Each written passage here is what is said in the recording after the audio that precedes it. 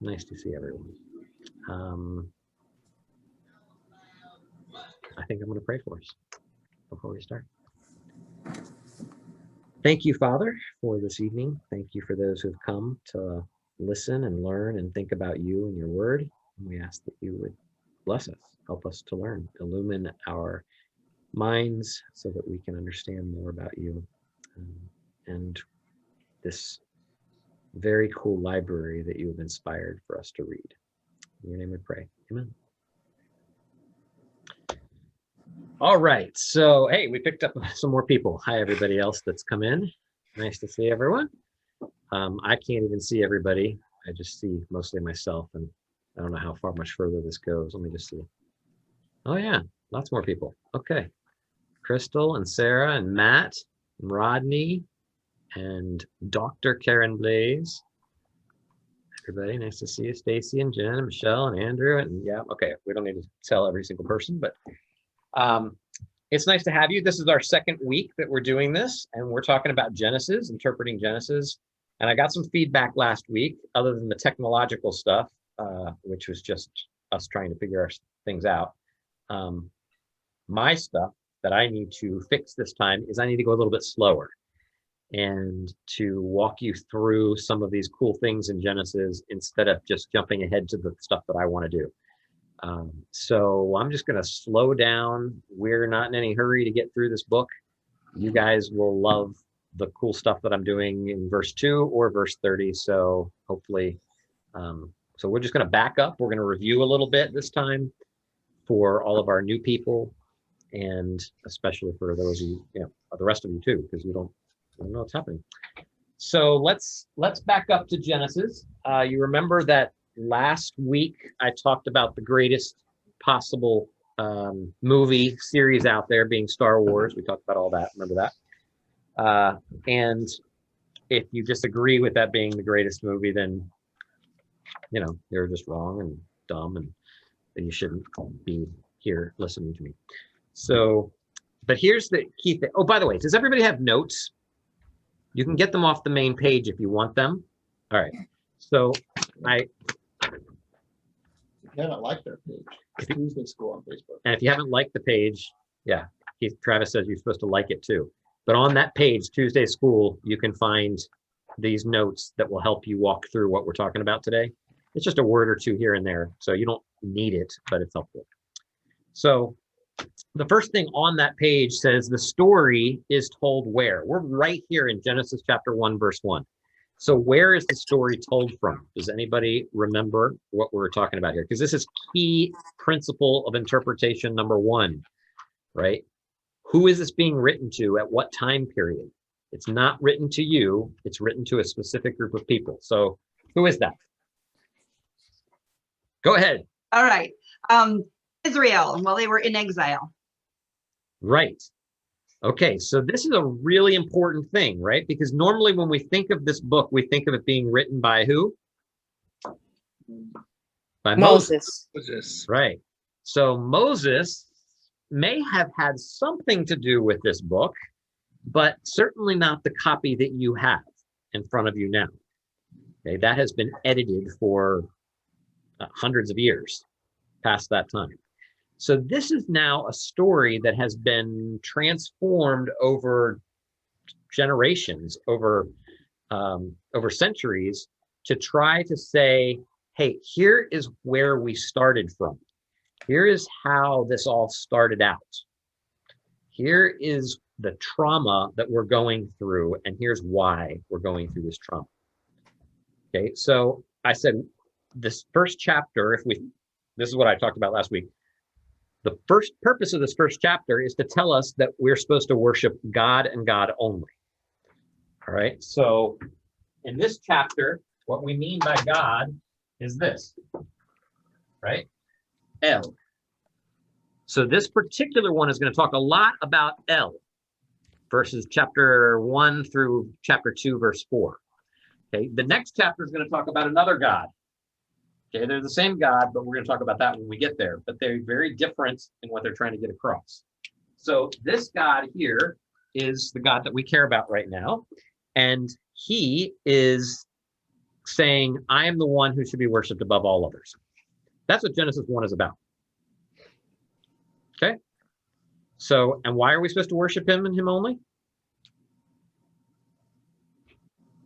Because he is the creator and redeemer. Excellent! Everything and Creator everyone. and Redeemer. Okay, now this is super important. This theme is going to keep traveling through the whole book, and actually the whole big book, the library book called the Bible, right? That God is creator and redeemer. And really what we should be saying is creator equals redeemer. Okay? So he is a savior, redeemer. He saves them out of something, right? And that's called creation. So this theme, creation, uncreation, recreation, is what we're going to see constantly, right? Genesis 1 is the creation. Genesis chapter 2 and 3 starts to uncreate. So God gets totally fed up and completely uncreates, right? Genesis 6 through 9. There's which we're going to talk about in this when we get to it, but there's a flood. Remember that part? And then it's going to continue this cycle. There's a recreation, and a new group of people or a new person has a covenant with God, and it's going to continue. All right. So he's the creator and he's the redeemer at the same time.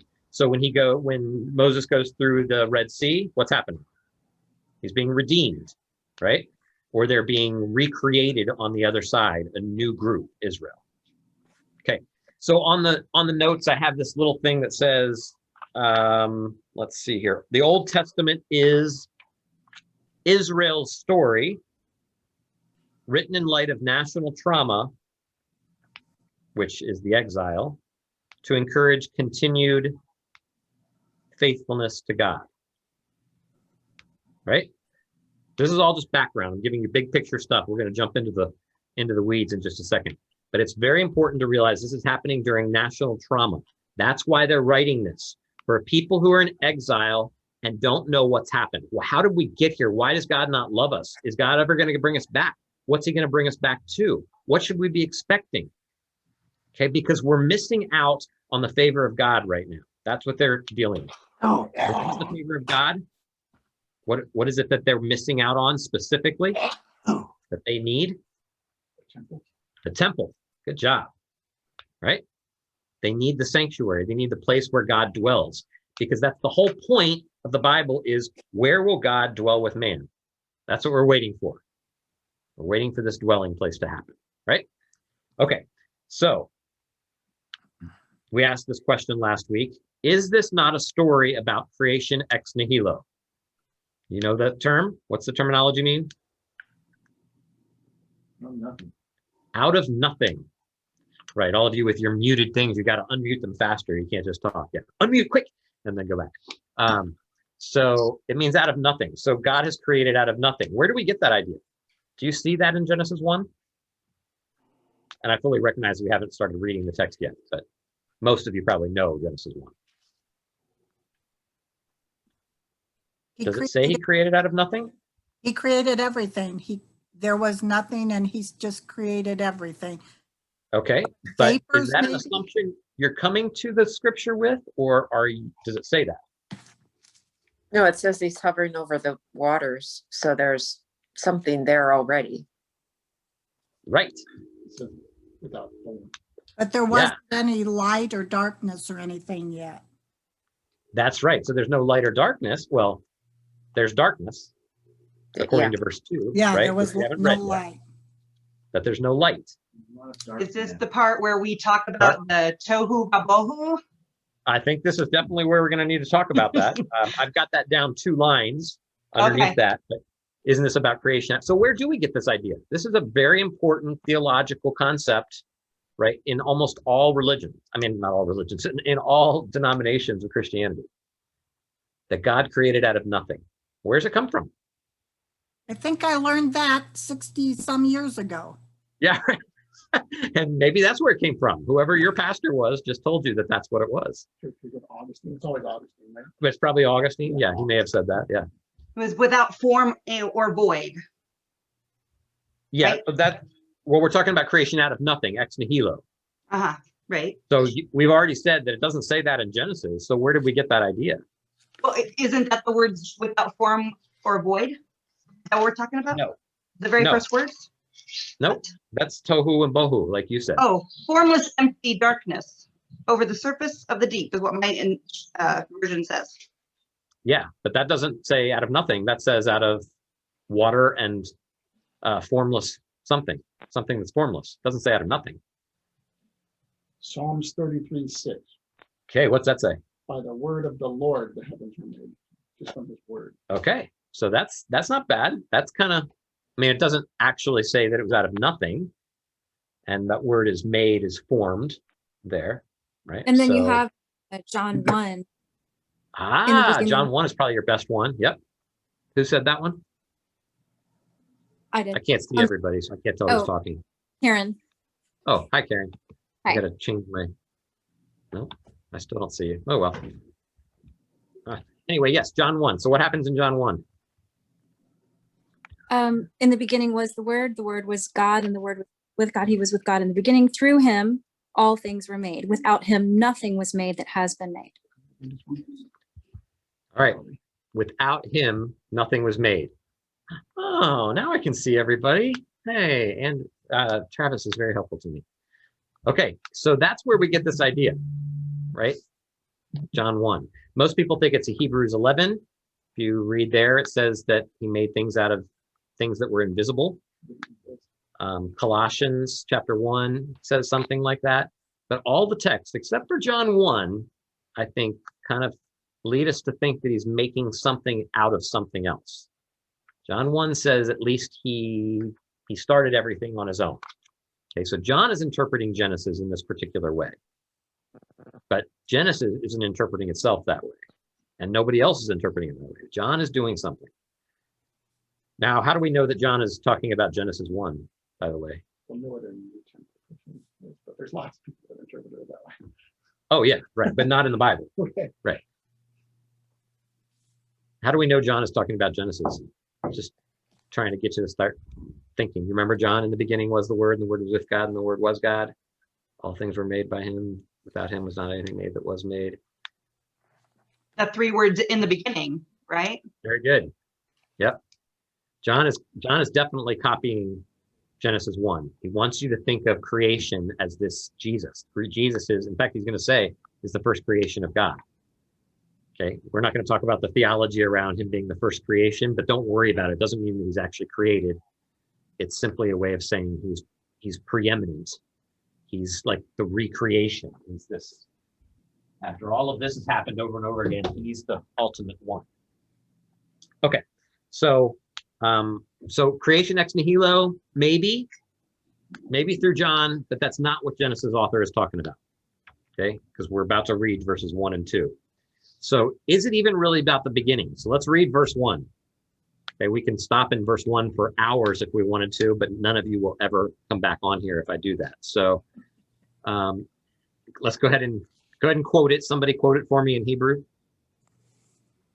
You want us to read it in Hebrew? Yes, read it in Hebrew or just Barash. do it from memory. I mean, either way is fine. Barash. Oh, that's good. We don't need to do it in Hebrew. How about English? When God Barash. began Elohim. When God began creating the heavens and the earth was a shapeless, chaotic mass with the Spirit of God brooding over the dark vapors. That's what mine says. Holy mackerel, that was an interesting translation. That's 1 and 2, but yeah, what version is that? That's my 1970s, the book. The book. Okay, so not a version at all, a paraphrase. All right, good. Okay, so she said when God was, just do the first verse. When God began creating the heavens and the earth. All right, so when he began creating the heavens and the earth. All right, so let's start translate. Does anyone else have something different? Or in the beginning, God created the heavens and the earth. Memory. That's the familiar one, right? Yeah. In the beginning, or when God created. That's a pretty big difference, isn't it? Yeah. So 1 is kind of saying one is kind of saying in the beginning, God created the heavens and earth. Like this is a title for what's about to happen underneath it. But the way that Kathy read it was like when he was doing this is the way he was doing it. Right. So it's not a title, it's just kind of part of the sentence altogether. And that's a huge debate among theologians. What's happening there? Okay. But there's other things in that verse, right? In the beginning, God created. In the beginning of what? In correct Hebrew grammar, we're supposed to have something there in the beginning of something. So what is this beginning? We always assume it's the beginning of the world, right? Oh, we got Matt and Kathy, huh? Nice. Okay, good to see you guys. It might not be the beginning of the world. It doesn't say that, right? It just says in the beginning. Heavens and earth, which we translated how? How else could it be translated? Earth and sky. Right, or maybe land and sky, right? Because we already had earth there, but yes. So we've got the Shemayim, which is the heavens or the sky, the place where birds go, or maybe the place where God lives. We don't know which one he's talking about. Earth is the word Eretz. Usually when it shows up, it's talking about the land of Israel. If it's talking about the land of Israel, we're talking about something quite different now, aren't we? So even right here in the first verse, we've got to make some interpretational jumps to try and figure out, is this talking about that round globe that we know of?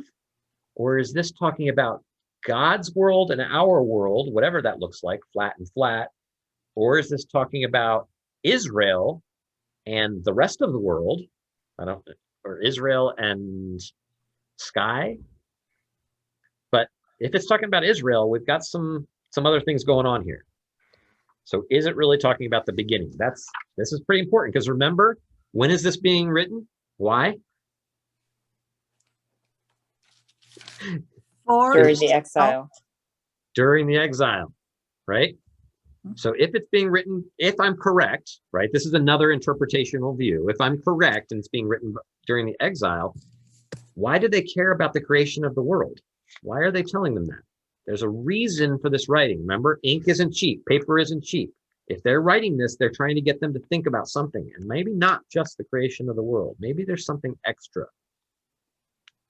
Okay, so maybe Moses has begun to take a story that's about the creation of the world, and he's begun to shape it in a certain way so that it's pointing to something else. But then later on, over time, many other people come in and they start shaping it. And they shape it so that it fits this new world that they're in exile. So remember, we got a 5-part story coming here. Genesis, Exodus, Leviticus, Numbers, Deuteronomy. All telling you the same story, all probably being written somewhere around that time during the exile. Right? So they're trying to do something with that story. What is it that they're trying to do?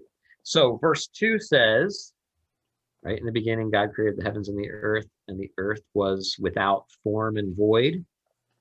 And Hoshek, darkness, was over the face of Tehom, the deep.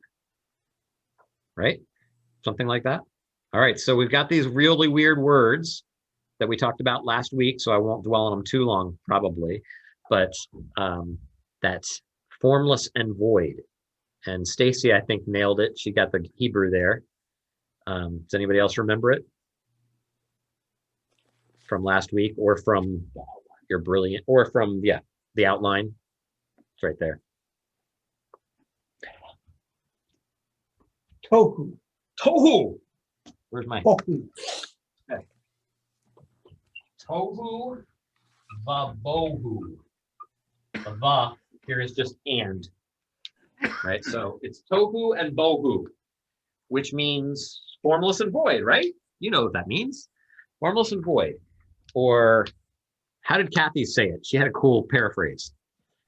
Dr. Blaze is talking, but she's muted, so it doesn't matter. We can't hear her. She's just, her face is just, mouth is moving, but it doesn't matter.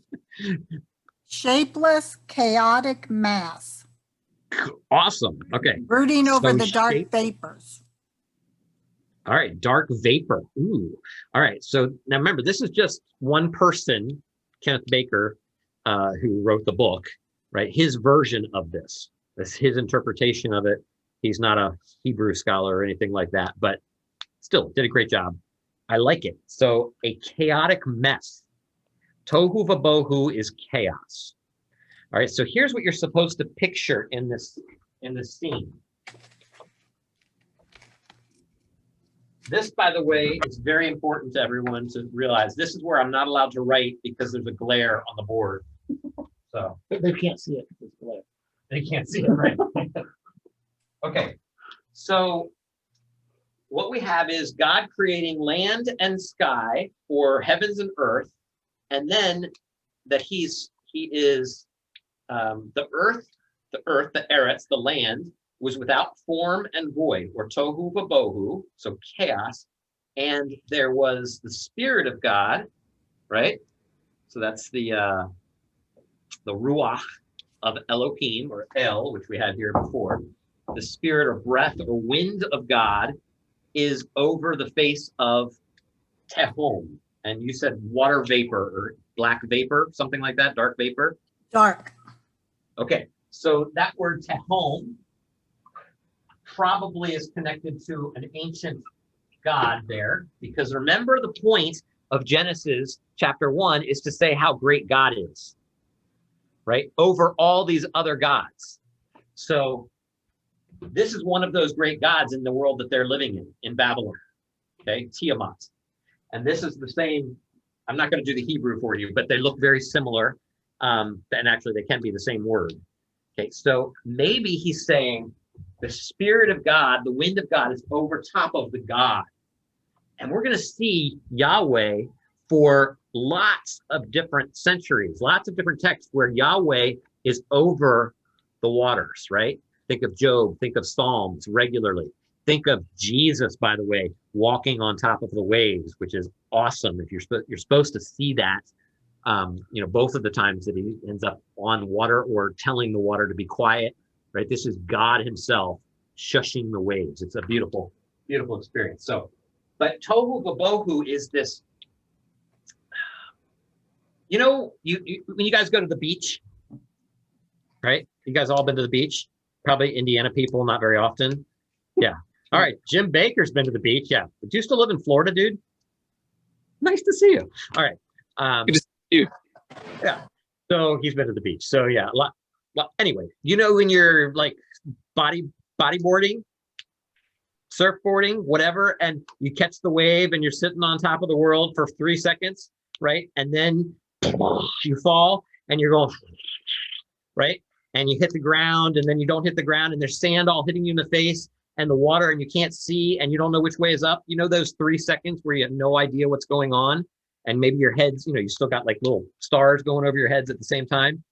And then eventually you like figure out where you're at and you stand up and you're safe and everything. So the tohu vabohu is those 3 seconds. Okay. It's water everywhere, darkness everywhere, sand hitting you in the face. There's no form. It's just formless. It's an amoeba shaped mess. Okay. I have no idea if this is what it really looks like, but this is a good illustration of the idea is that you can't live there. In fact, a lot of people have translated this it's uninhabited and uninhabitable. Okay. So nobody lives there because nobody can live there. And that's really helpful because as you look, what he's going to start to do is he's going to start to make it so that his representative can live there, right? That's the whole goal, is that it's no longer tohu vabohu. Okay, now, the cool thing is this chaos idea is going to travel through the prophets into the New Testament. It's a constant theme that this chaos, the wilderness area, the place that is not yet settled, has not been ordered, right? That God is going to order that. So Isaiah talks about this kind of thing. The land is tohu vabohu, but God is going to make the path straight and he's going to flatten the mountains and bring up the valleys, right? It's going to make it orderly again.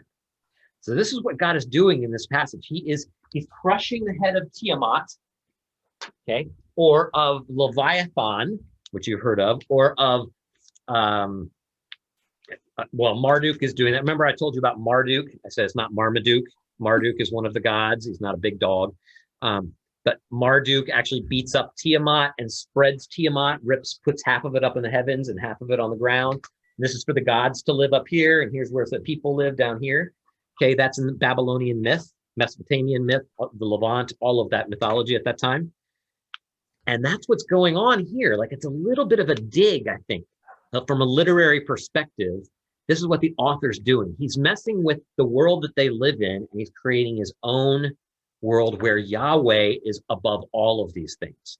There's no longer a sun god. There's no longer a Tiamat god. There's no longer a Baal god, right? All these gods that you've heard of, right? Or, a land god, a frog god, etc. All the gods that you're going to see in Egypt later on, right? None of those are real gods to this new guy, okay, in this new world. He's saying, don't worry about that.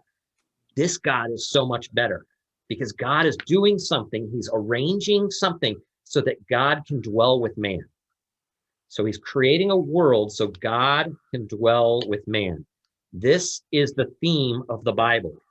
How will God dwell with man? How will he get to come back to this Eden place?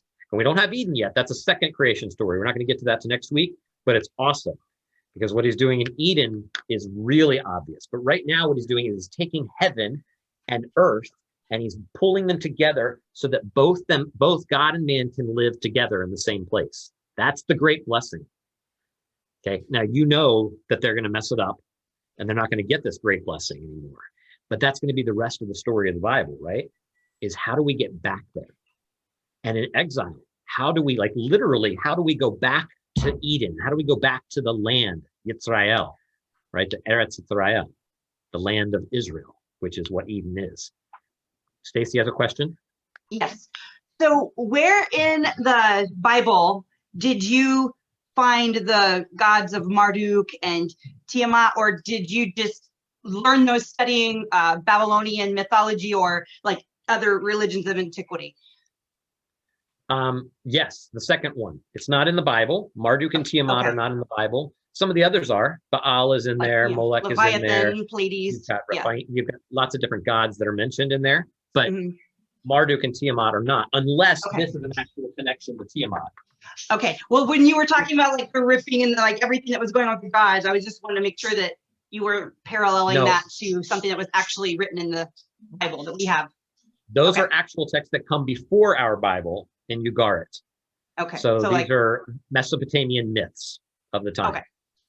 And Thank so you. that's why you want to read in the context that they're living in, right? Because they would know those gods and they would know this story, especially as God starts to shape things. Goes back to your author thing. Right. And why the Cold War is important when we read 1984.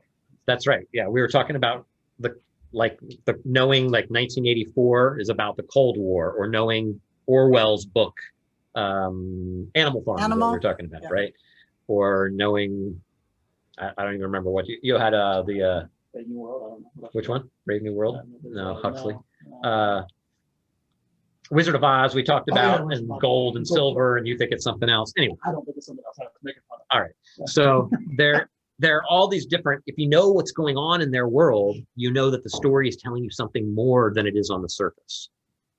Okay, that's what's happening here. They're telling you more than what's on the surface. So the tohu vabohu is going to continue, this chaos, because here's this great God conquering all the other gods and ordering things, putting things in their places. Okay, so, and that's what I've got on the next one. Ordering the chaos is about cleaning off the table or moving into your house.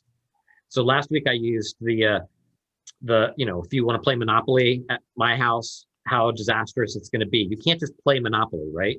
You have to, first of all, get all the crud off of the dinner table, and then the kids, of course, have thrown, spaghetti on the ground, and you don't want to step on that. So you got to clean that up. You've got to make sure that the grape jelly from lunch and syrup from this morning is scrubbed off, right? Anybody with little kids is smiling right now, or if you remember this, right? And then finally, when everything's washed and clean, then you can start playing and setting up your houses and your hotels and crushing your friends, right? This is what God's doing. He's preparing the place so that we can play. All right. Or better way of looking at it is he's preparing the house. Instead of thinking about this as God is building a house, he's not building a house. He's organizing a house. Anybody recently moved into a house? I know Dr. Blaze has. right? But all of you have moved into a house at some point, right? You probably didn't build the house yourself. Some of you manly men might have done that, I don't know. But you probably didn't do that. You probably just moved into a house that was already made. And then there were all these boxes and it was just a disaster. People are leaving comments over here on your Facebook. Oh, man. Are they leaving comments? Well, sorry. Most of these people are just watching. So I see, hey, Hannah, Sheridan Morris, yeah, Sarah McConnell. Thank you. Yeah, you're on both places. That's nice. Darlena, Barak Elohim. What's up, Joel? Nice to see you. Sorry, I am ignoring all the people who are saying things on here. James Burleson, Mary Redmond, Sina, nice to see you. All right. Okay, I can't go through all of them. Anyway, love you guys. Thanks for showing up. Okay, so where was I just talking about? Oh, the house, right? So when you move into a house, what's the first thing you've got to do? Clean it. Yes, that's true. You should probably clean it. Yeah. Paint. All right. Okay, you've got all your stuff in your house now, right? And it's your first night. And all your boxes, your friends all came over to help you move, and they just loaded a bunch of boxes into each room, right? Pizza and beer. What? Pizza and beer. Pizza and beer. That's the first thing. Yes, that's true. You want to make sure that your friends are taken care of.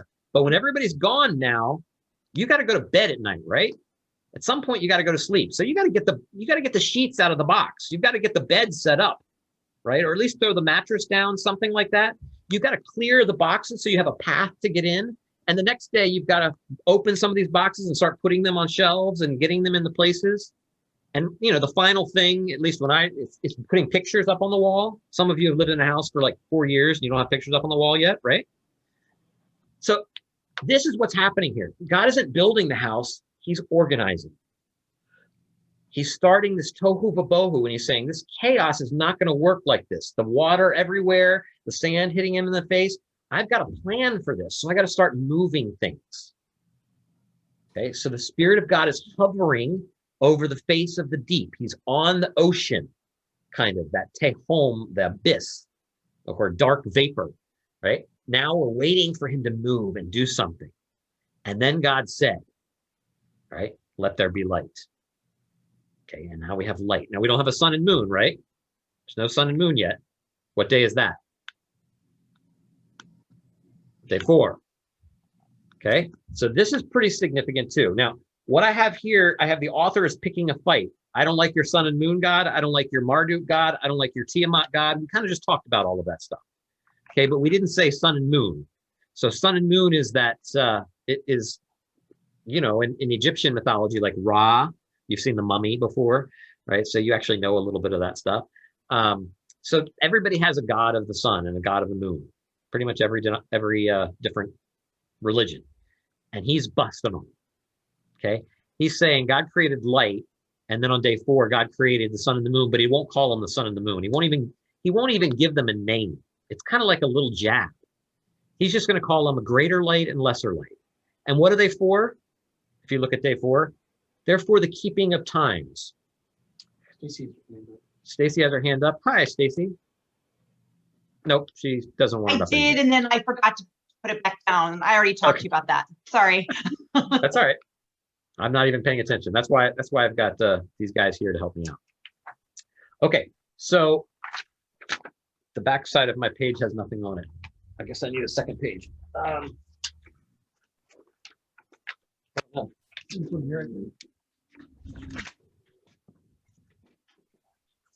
Nobody heard that happen, right? Nobody knows that I just knocked over this huge thing and busted all of Travis's things. Okay. Okay, so I've got all these things I want to talk about. Okay, so let's talk about the days of creation first, because I skipped over this last week really quickly, but a lot of people were completely enamored by this, and I thought that it was already out there because I've taught this class lots of times, but lots of you have never seen me teach it, so I should probably deal with this. So we often think about these days as being chronological days, right? 24-hour days or something like that. I'm not going to get into the different theories that there are or trying to explain them, except for to say 24-hour days is one of the views, right? One of the views is there's a gap between verse 1 and verse 2 that's millions of years long. because we're trying to make up for, evolution and, the fact that the earth is, that people are hundreds of thousands of years old, but the earth is millions of years old, right? So we got to, like, according to Genesis, it doesn't look like it's that old. All right. But 99% of scientists' consensus is that it is that old. So we got to, like, we either have to say all scientists are idiots, or we got to reinterpret our Bible. Okay. Which I think is a fair thing for us to have to reinterpret. Like, let's look and see if maybe we misunderstood it. So there's lots of different theories, but I'm pretty persuaded that's not really what's going on here at all, right? We're not talking about the beginning of the world to begin with. So this isn't even a problem. But the way that it's set up is this framework that is really helpful once you see. So we have this grid here of day 1 and day 4. Okay, so there's a connection between these 2 days. This is light, this is sun and moon. So it's like this is what goes in this in some way, or some way governs it, or in some way connected to it. You can all see there's some connection between those ideas. Okay. And of course, your problem is going to be thinking scientifically. How can light come before sun and moon? This is a poem. Okay. Don't get upset about that kind of stuff. Doesn't matter. You're going to find out when you get to chapter 2 that mankind actually has to come before the vegetation, because nobody can take care of the vegetation until mankind is there first. But in chapter 1, mankind comes last, vegetation comes earlier. So you're like, wait, what's going on here? Okay. Again, poetry. Don't worry about this. This is not important. And you can see it's poetry, right? This is really important. You know how you can tell something's a poem? It rhymes. That's sometimes right, but not in this case. Hebrew doesn't have rhyming poetry hardly ever. Okay. In English, you can see it because there's white space on your page. Do you see all the white space? If they've done a good job, in chapter 1, it's a poem. Now, it's not just a poem. I don't mean it's all poetry. It's also a narrative. So it has the normal Vayiktal verbs, like, and God did this and God did that, right? Like a narrative flow. And most poems, they don't even have verbs sometimes. They're just very artsy and beautiful, and they don't have to follow all the rules of grammar. This one follows the rules, but it's morning and it's evening, and there was day 1, and God said it was good, and it was morning and it was evening, day 2, and God said it was right. There's this pattern, this repetition that's going on that is just like perfectly laid out. So it's a poetic, prosaic writing. It's a nice, beautiful mix of the two. So don't worry about the chronology, because it's not trying to give you a chronology. It's trying to do this. Like, here is day 2 and day 5. What's in day 2? Anybody? Day 2? Anybody remember day 2? You can just speak if you've got microphone unmuted. Gotta unmute. Anybody? What's day 2? Someone? No. Day 2 is when he separated the water from the earth. Right. So he's separating the waters from the waters this way, right? Mm-hmm. So does this remind you anything of the Marduk Tiamat story? Tiamat right there. Right, where he rips them in half and he puts water up here and water down, or now there's water on each side. Okay, the problem, of course, is you still can't stand on that, right? So we've got a problem. So this is no good, this water down here, because here we've got, like, here's this huge mess. Okay, and here's mankind, because that's what we're heading towards, right? Day 6 is man. This is exciting, because this is going to be his Selim, his likeness, his image, right? An icon of him. That's the whole point of all of this, is getting there, right? These gods don't matter. I have a representative that matters. He's coming. Day 6. We're going to get there. Right now, this is a problem because he can't breathe. Okay. So what God does is, first of all, he makes light. I don't know what that looks like, right? But there's some light. And then he's going to separate the waters from the waters. Okay. So now we've got water up here. We've got water down here. Okay. And of course, the problem is that he's still going to sink. That doesn't work. So it's uninhabited and uninhabitable still, but he's organizing the house. He's moving the boxes. Okay, so he's moving these things, and he puts up here a rakia. Rakia. Well, it's in English, so it doesn't matter how I spell it. Rakia is this dome. Remember I talked about Captain America's shield, right? This metal molten shield thing that goes up in the heavens. And doesn't it look like this? Like if you go outside and look and there's a blue sky, it kind of looks like a round dome above your head. Remember, this is phenomenological language. This is the way they think. It's the way they talk. Yeah, the ocean. You can see the curve. And if you see the ocean, you can see the curve. Okay. Yeah. So this is what, so he's separating this way, like he's ripping Tiamat. Okay. And now he's going to, in day 5, what happens in day 5?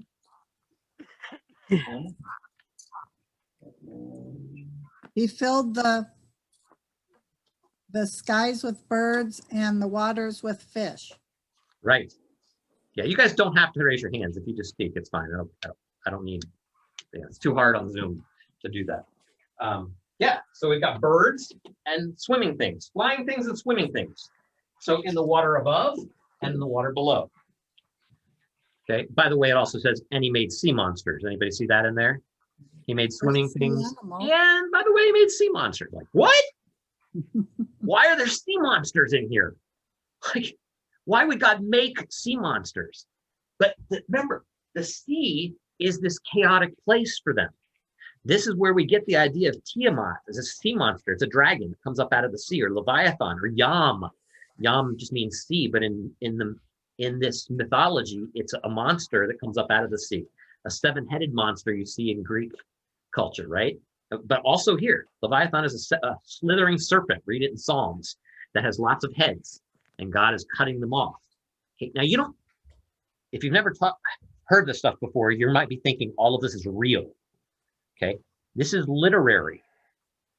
I don't know anything about the reality behind these things. The author is messing with their mythology.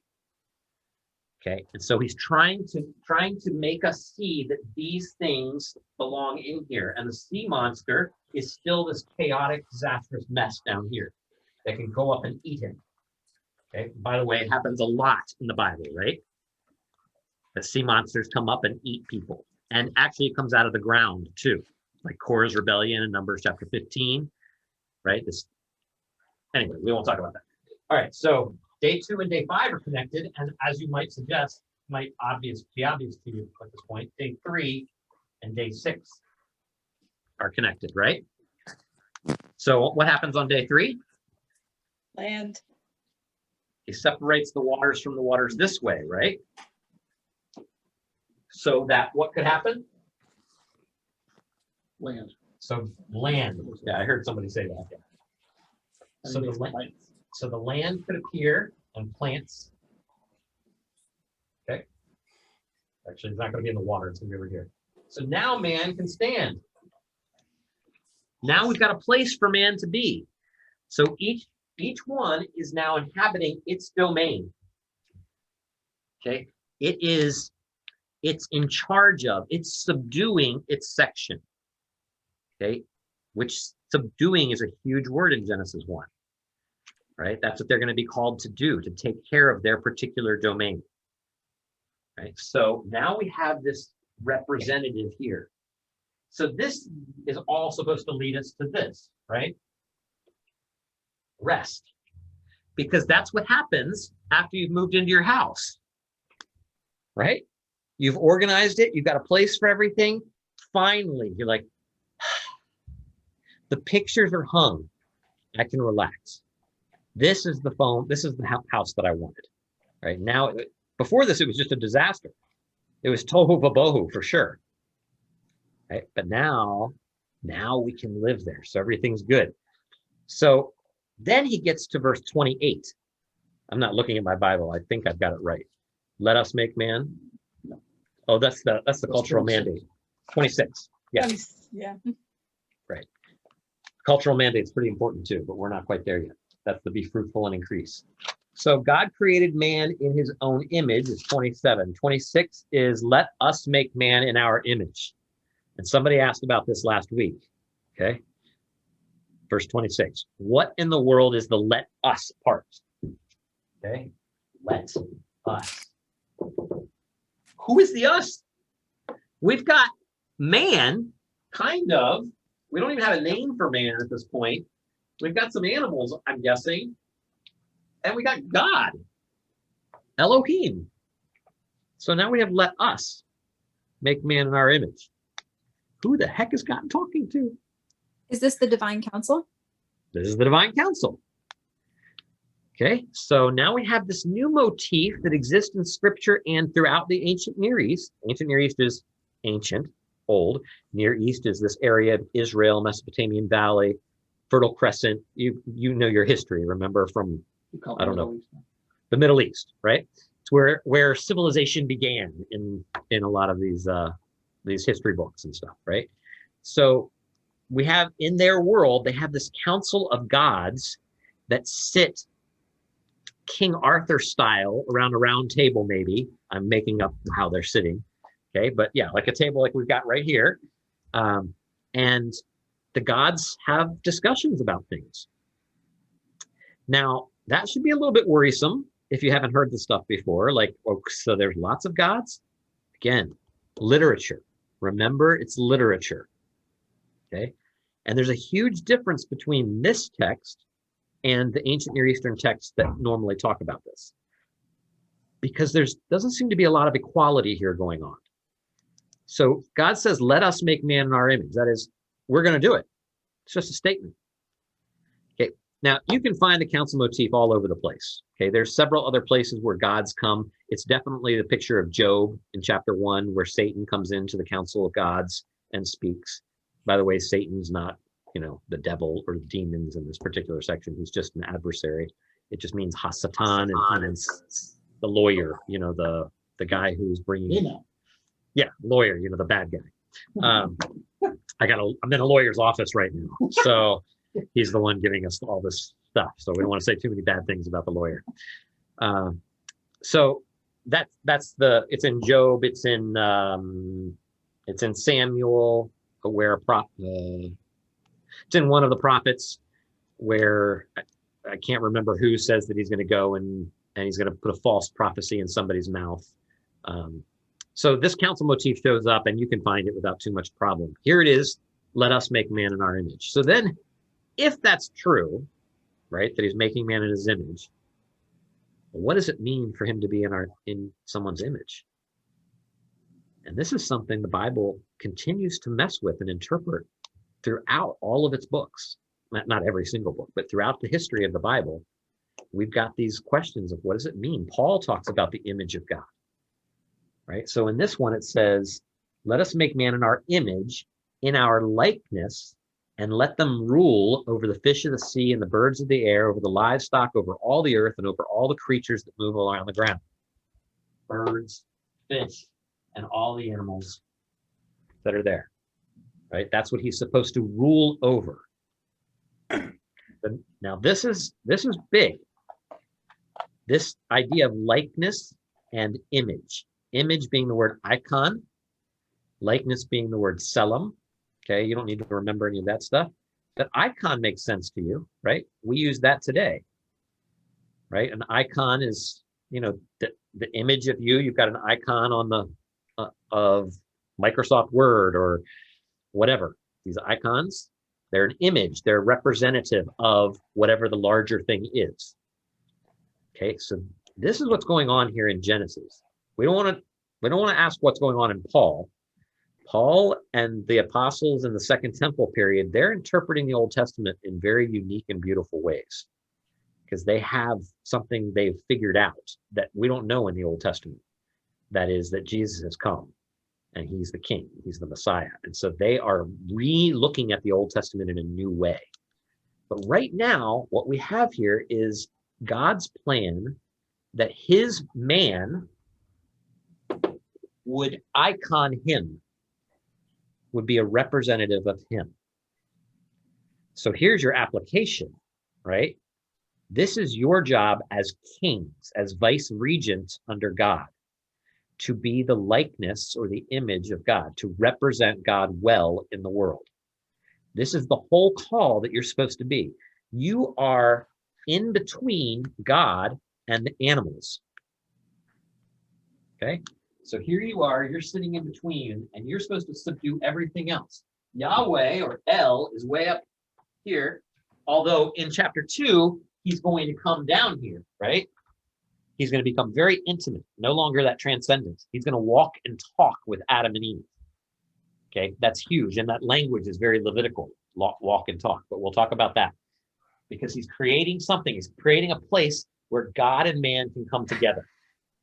Okay, so here is this man, and he's supposed to represent God well in the world. So he's a king. Okay, in fact, there's 3 different kind of things that he is, right? He's supposed to be a priest, a prophet, and a king. He's supposed to represent God well to the rest of the world. Now, you might ask, who's he supposed to represent God well to? Well, for sure the animals, but I would say also all the other nations. And if you're thinking about this logically and the way you've been brought up, you're thinking there are no other nations.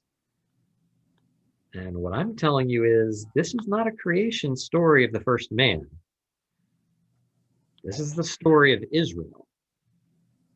And God is building a place where mankind can dwell with him. And we call this a temple, right? There's no temples yet. But remember, this is during the Babylonian exile. There are lots of temples. They used to know about the temple. They want to get back to the temple. They do anything to be back in the sanctuary in the presence of God. That's why they commissioned Cyrus. They asked Cyrus if they can go back, and Nehemiah and Ezra go back with them so they can go back to the temple, right? Because they want to be in the favorable presence of God. That's been the whole point all along. This is why God is choosing Adam and Eve, a humankind from within humankind. He's choosing them so that they will represent him well to the rest of the nations. Where are the rest of the nations? Everywhere else. They're outside, right? Because that's where that's where Cain is going to go, isn't he? Remember, he's going to go to another group of people. He's so worried after he kills his brother that people are going to kill him. Who are these people? There's no other people. Yeah, there are. You're missing the point. There's people all over the place. Because this is not the story of the first man. This is the story of the building of the temple and the chosen people, Israel. Because it's taking place during the Babylonian exile, under trauma. Okay? And they want to know, how did we get here? And he's going to say, I split the seas and I did all of this stuff to give you this place where you could live. By the way, the splitting of the seas, you're going to see that a lot too, aren't you? Right? I got 4 minutes left till 9 o'clock. Oh boy. All right. So you're going to see the splitting, aren't you? Right? Do you remember them walking to Egypt? And God is going to split the sea. And the sea is called Rahav, which is another one of those sea gods, those terrible places. It's Egypt, right? So it's basically going to use Rahav to fight against Egypt. So God is going to use his sea monster enemy to fight against Egypt, his enemy, and he's going to destroy them. But he's going to rip it apart, right? And then he's going to put it back together to destroy them. And it's the coolest thing. It's like playing. Like, I will show you that I'm better than all of these other gods, right? I'm better than the frog god and the lice god and the gnats and flies and blood and hail and remember all the plagues, right? All of those were different gods that are represented there. I can beat all of them. That's what's happening in Genesis 1. I'm beating all of these gods that you think are out there. I'm organizing them, putting them in their places. Their jobs are to make sure that my people represent me well. That's what their jobs are. These terrible gods that you're going to start worshiping, you morons. By the way, why are they in exile? Because they were worshiping other gods, right? Because they thought that they could do it on their own. They thought, this is really good to the touch and looks really nice, this apple, this pear, this pomegranate, this whatever the heck this fruit is, right? I see it, I take it. Is that not a theme that's going to constantly show up? Right? They look at at judges, right? They did what was right in their own eyes. This is the problem. Everybody starts worshiping. Romans is going to talk about this, worshiping themselves or the things that God has created instead of being the one that subdues all of these things. We're giving our rightful place as representatives of God to these messy things. that are just creations. And we're telling them that they have the authority now. That's why Jesus comes, right? Not just to save you from your sins. He comes to crush the dark powers, to make sure that you realize you should not be yielding to them. Don't let them have the place that you're supposed to have in the world, representatives of God. You are a king or a queen, if you need that, ladies, right? You are vice regents of God, and you are supposed to be representing to the whole world. That's what Israel's job was, wasn't it? You're supposed to represent to the whole world, Israel, this beautiful God. And what did Israel think? Oh, we're elect. Aren't we awesome? Yeah, you're elect, Israel. You're elect to go and bless the nation so that they can see this beautiful God. God has created this great garden. We're going to get to that in chapter 2, right? He's creating this great garden, and he's putting people in all kinds of different places. And the job, he's like, here you go, Adam, humankind, Israel, take this food that I have and take it out to everybody else. And we're like, yeah, we like it ourselves. It's really good for us. We're going to keep it. Because we know that we are the blessed, the apple of God's eye. No, Israel, you're missing it. Don't we do that today still? Isn't it exactly what we still do? Even after Jesus has come and he's created this new life, abundant life for us. Now we're doing the same thing. Go to church, come to church. Yep. Come into church. Yep. Not go out. Not going out and doing things. Yeah. This is why we call this missional, this new buzzword. Well, it's 20 years old, but right. We got to go out into the community and love people. Bless those who bless the nations. That's been the call. Or joy to the city. Acts 8:8. Some of you recognize, I hope. Right. So we are supposed to represent. So whenever it says you're in the image of God, it's you representing God as a king.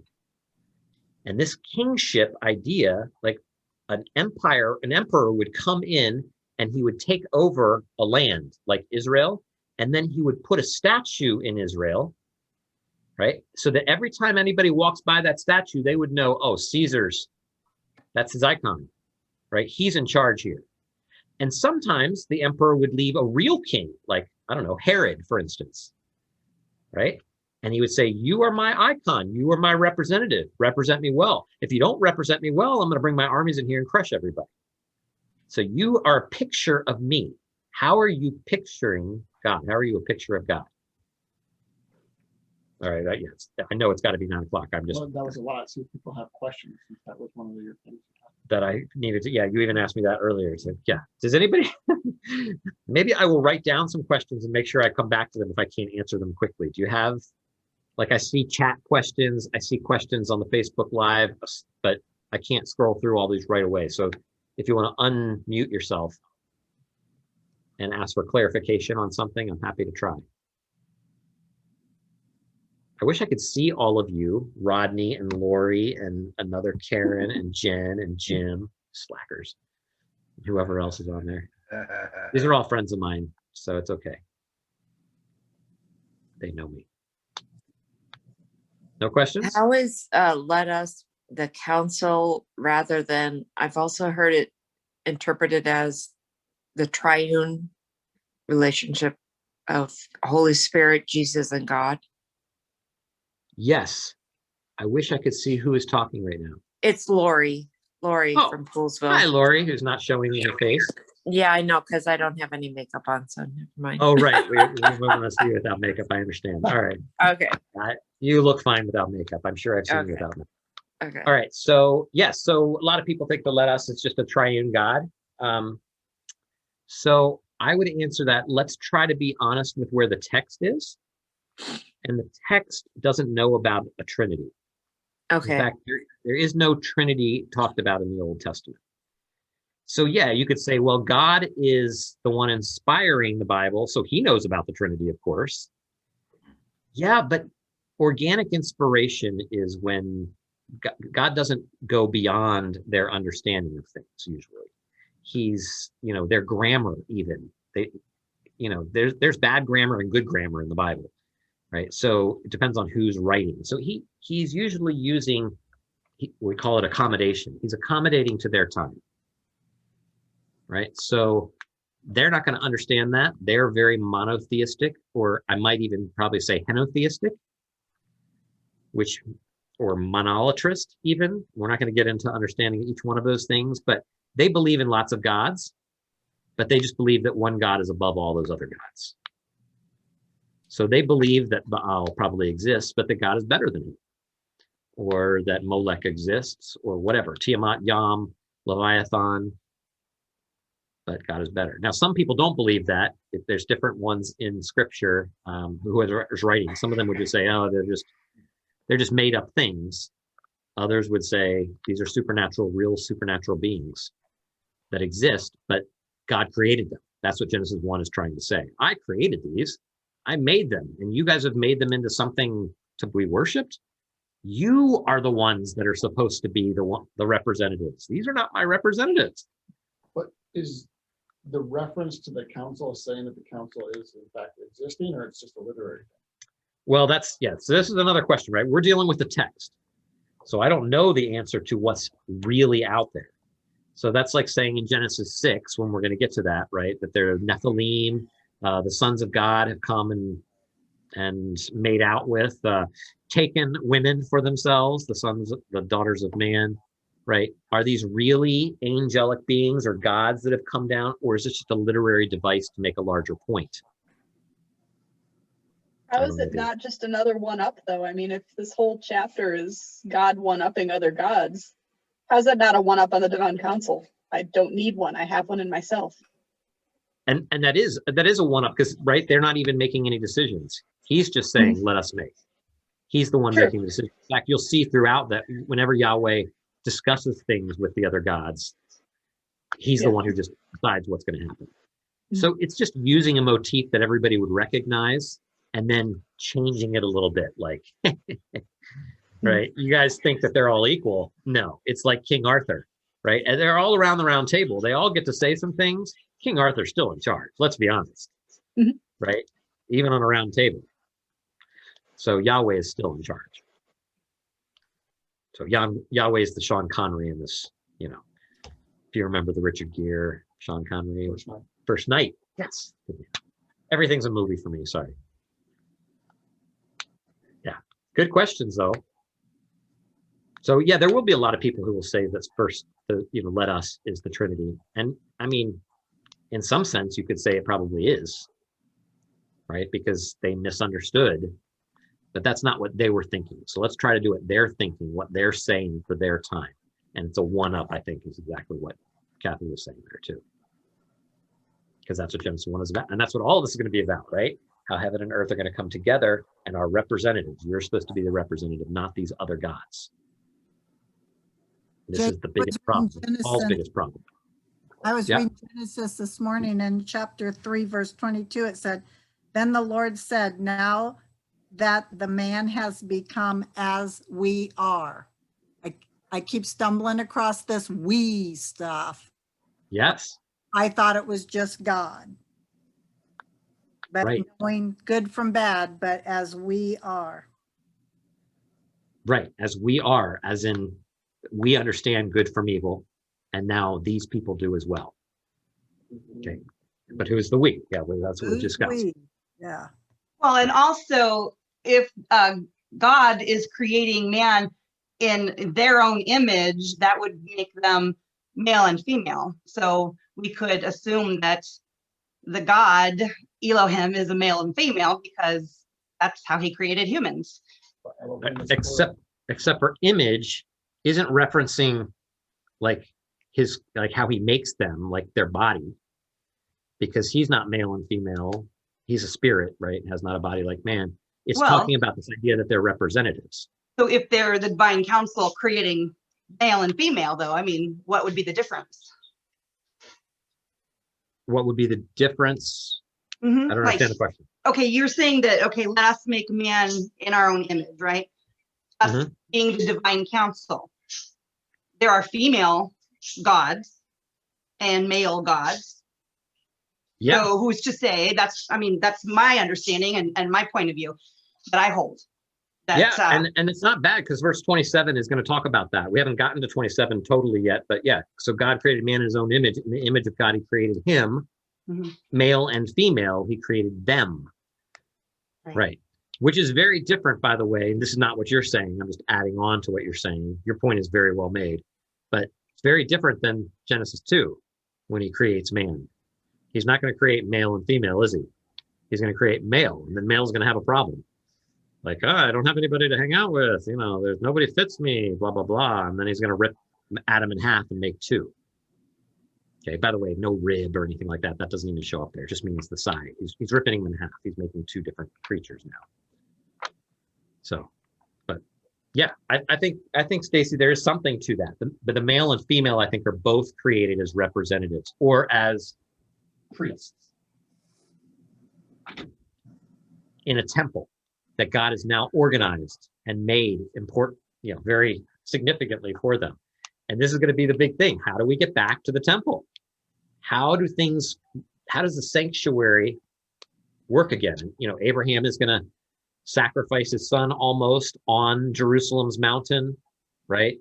Moriah, which is very significant, the same place that the temple sacrifices are supposed to be done.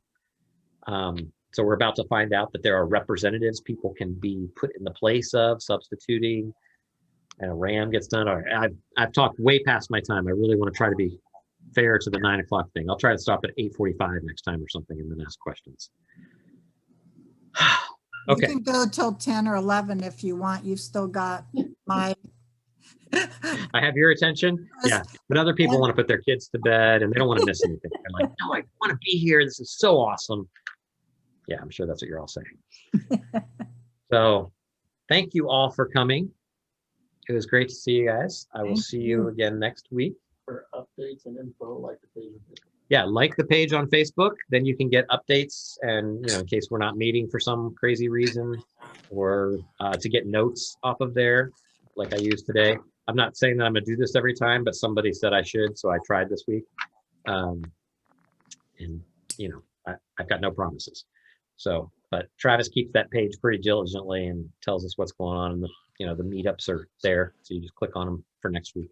It's already there. You don't need another code. The Zoom lets us repeat like 7 times before we have to make a new one. So we're good for a while. You all can hear him, right? I don't have to repeat what he's saying. Okay, Mhm. good. All right. Thank you, and have a good night. Thank Thank Oh, there's you. Jim. Have See a you, bud. good week. Enjoyed it. Thank you. You're Thanks for welcome. Thanks, joining, Lori. Rod. They're all disappearing. Bye, bye. Thanks All for right, joining, Rodney, if you can hear.